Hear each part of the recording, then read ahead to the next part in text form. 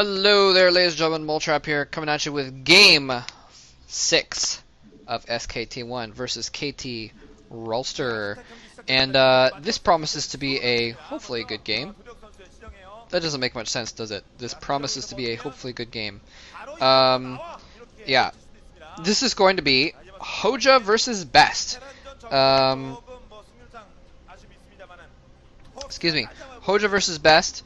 And should be a fun match. I like both these guys at different times. BeSt, you know, he's one of these guys who, when he's really on top of his game, and he had been at the end of the last season, doing pretty well, then he can be a monster. I mean, for a while he was considered to be possibly the best Protoss around. I never thought he was the best.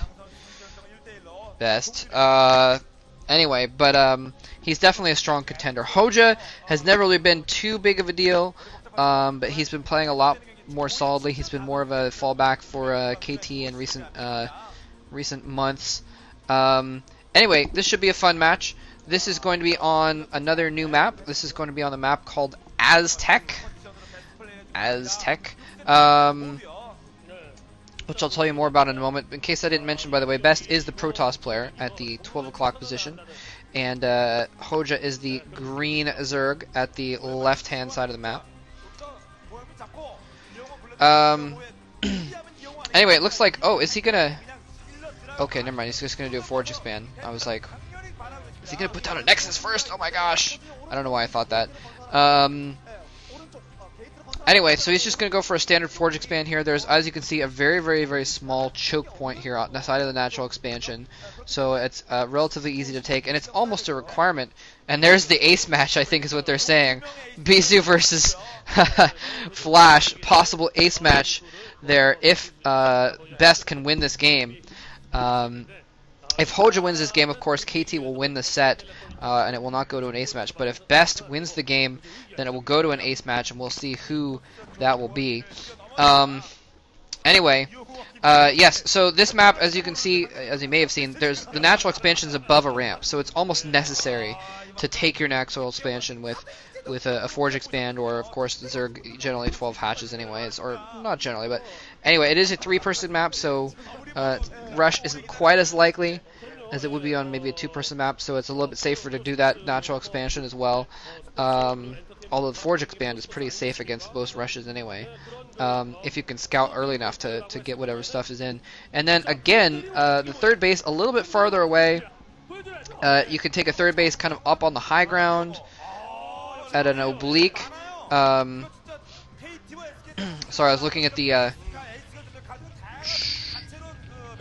map there from when I heard the Korean commentators go, "Oh!" So like I switched over, like, "What's going on? What's going on?" There's cannons warping in. That's not that exciting. Anyway, it looks like he did bring out a couple probes to try and block that gap there. He built his base in kind of a strange way. They must be talking about Flash right now. It's so that he's got a very large gap for Zerglings to run by if they want to. I mean, they have to run all the way around and then next to those cannons to get into the main if they wanted to. But if it, so a run by isn't as likely, but an attack would be very easy to run through that little gap. Usually they make it just a gap that's just barely large enough to get, you know, a Dragoon through or a Zealot, and they plug it up. Anyway, third base going down in the bottom right-hand corner, actually. Very interesting. It's kind of the natural expansion of the other main, the third main base, the third spawn point on this map.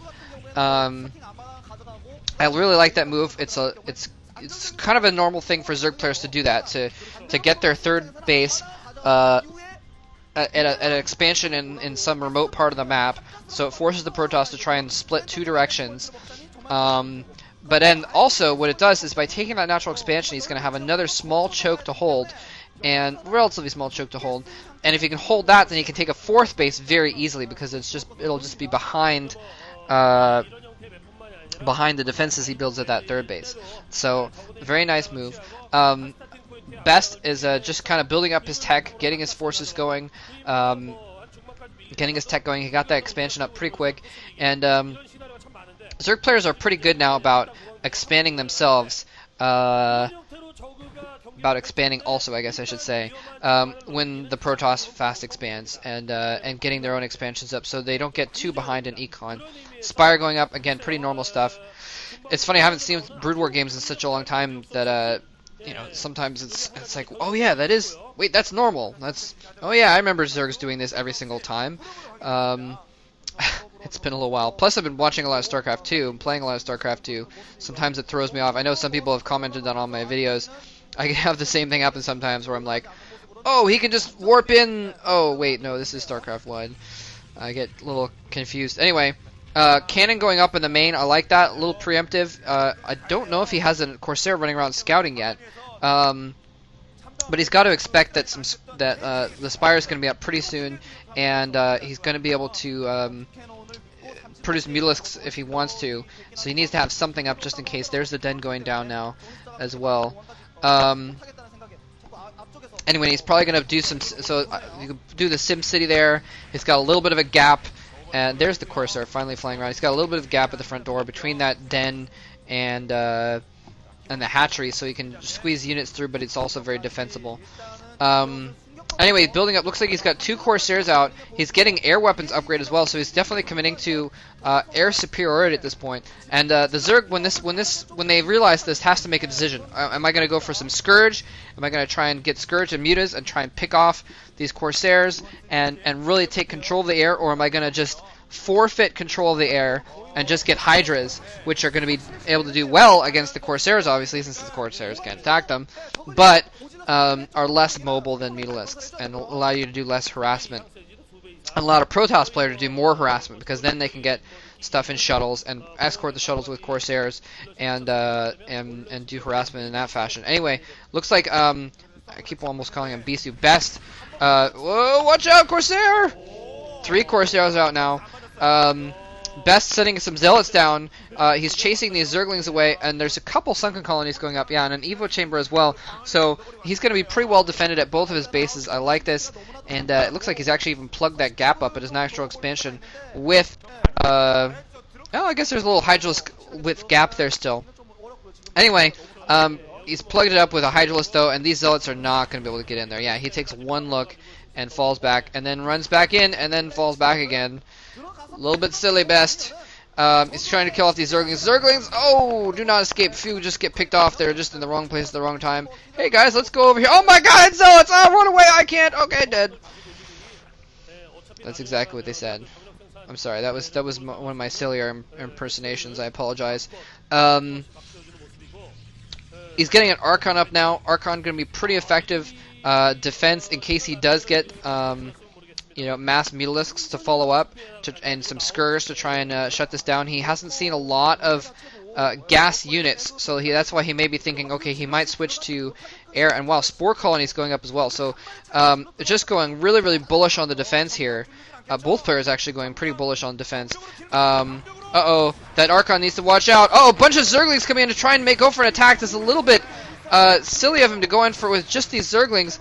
And looks like some more Zerglings were supposed to go in with that attack and failed to meet their deadline. Some Lurkers coming in here, though, as well, are going to join the battle, and they are going to be the effective ones to following this up. I think he may have been trying to think of if he could... Oh, okay. If he could have killed off those 2 cannons really quick, then the Lurkers would have just been able to just go to work. They would have been able to run in really, really far and do tons and tons of damage.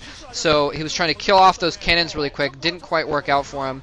BeSt barely held that off, actually. Well, not barely. He killed off the Zerglings pretty quick. But if that second group of Zerglings had gone in, he probably would have killed that second cannon, and then BeSt really would have been in trouble. Anyway, he's got a line of cannons now. He's just basically kind of stuck in his base. So I think we're probably going to see Hoejja take that 4th base in the bottom right main pretty soon, since there's really nothing stopping him from doing so. He's got a Lurker contained. Well, there are the Corsairs running around, I guess. Uh-oh, what is he doing? He's lifted up his Lurkers, getting out of the way.